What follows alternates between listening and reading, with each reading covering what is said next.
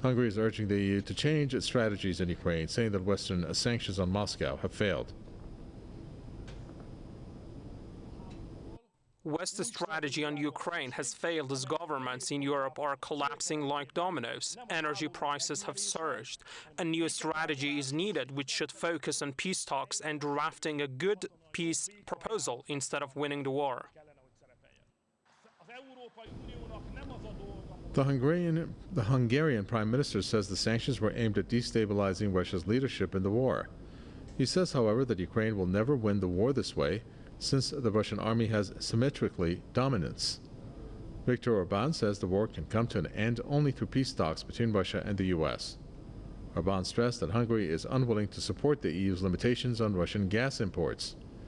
He warned that this would undermine the European economy. The bloc has imposed a wave of sanctions on Russia, targeting its key sectors. In its latest round, the EU imposed a ban on importing gold from Russia and froze the assets of the country's top lender, Sberbank.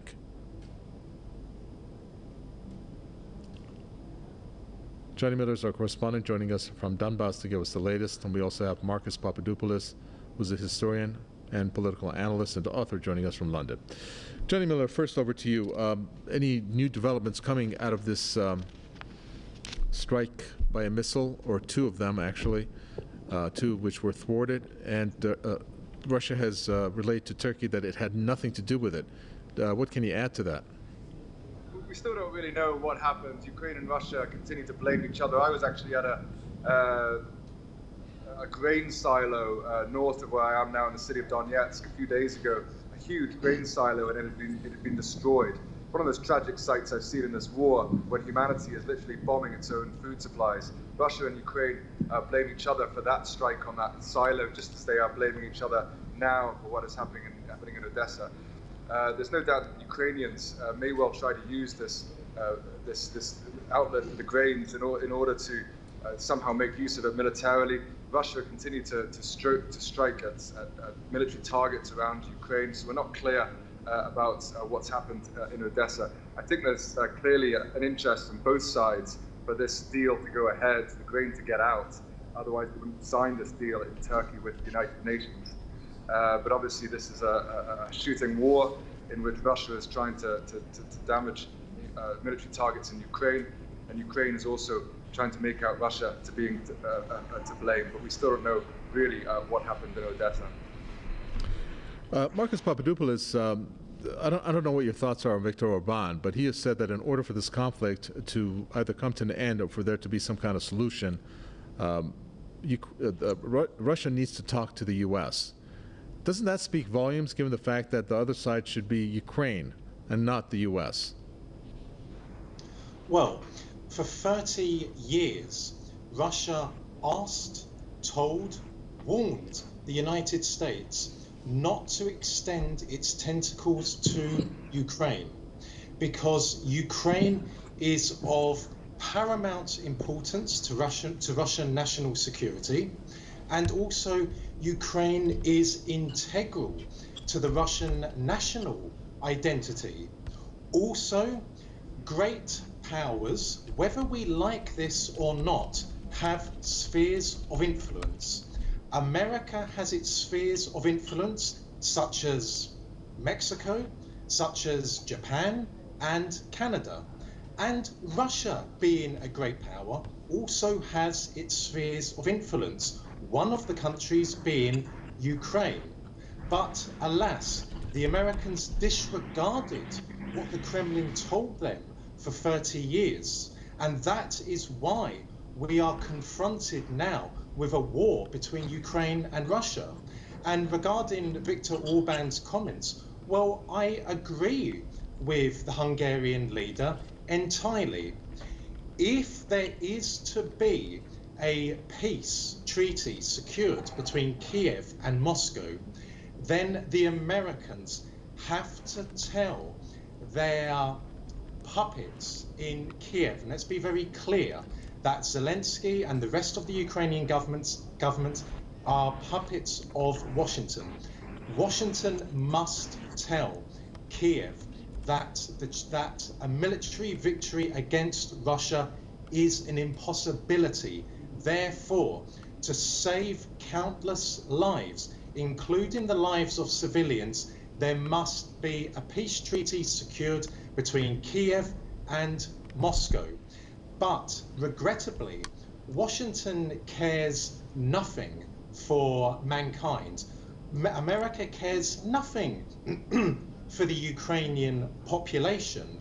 To America, the Ukrainian population is merely a tool, is merely a weapon to use against Russia, to try and destroy the Russian military, to try and destroy the Russian economy, and therefore thereby to try and destroy Russia's status as a superpower.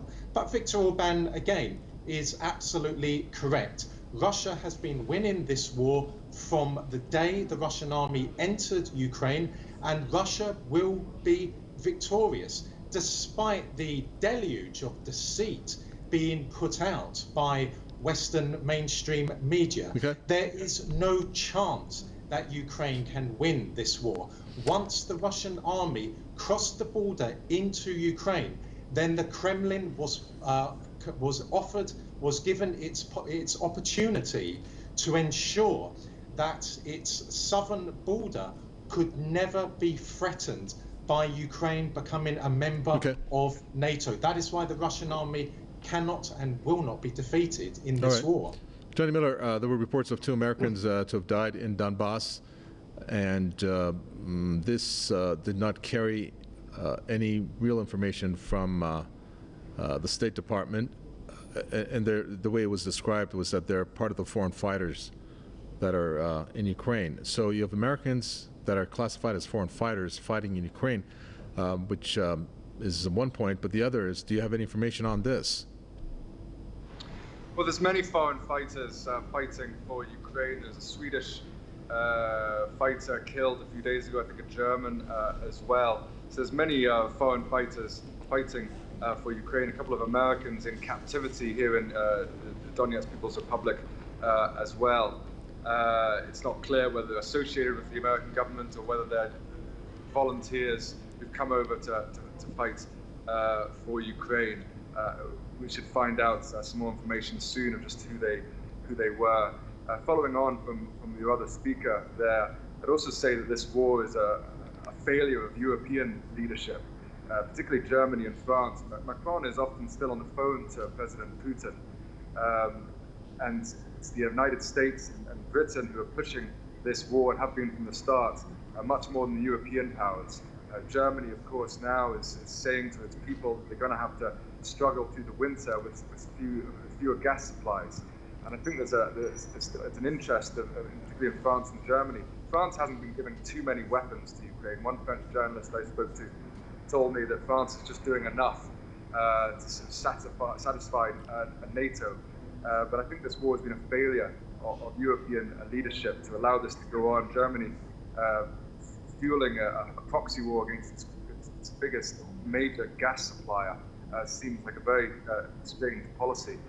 And so you may well see some European countries, and you are increasingly seeing some political figures in Europe starting to question whether fueling this proxy war is the right idea for the European people.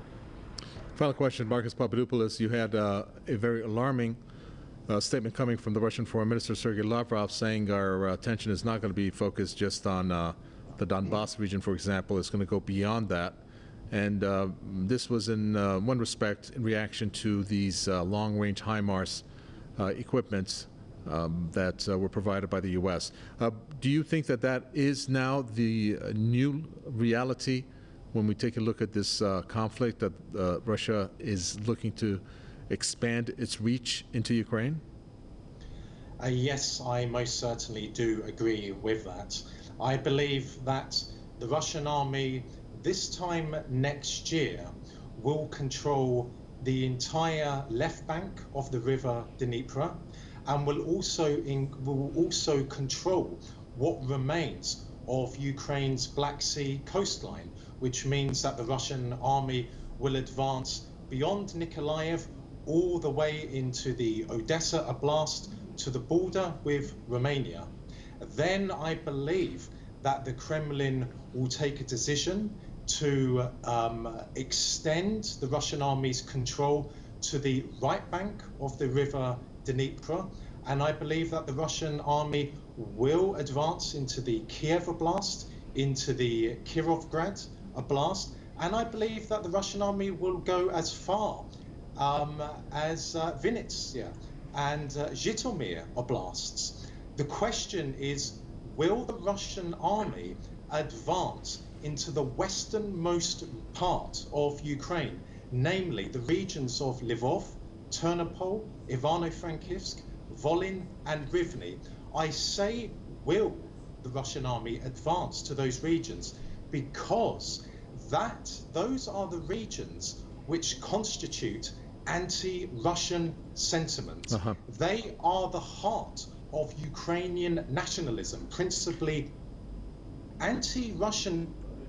Ukraine is more or less to those regions. So that is why I ponder the question on a regular basis as to whether the Russian army will advance into the westernmost part of Ukraine. But certainly I do believe that the Russian army will control Zhytomyr Oblast and also Vinnytsia Oblast. The question is, as I can only repeat, as I can only reiterate, will the Russian army go all the way, would the Russian army advance all the way to the Polish border? Very well. Thank you very much for that. Marcus Papadopoulos there, historian, political analyst, and author. I'd also like to thank Johnny Miller, our correspondent on the ground. Thank you so much, Johnny.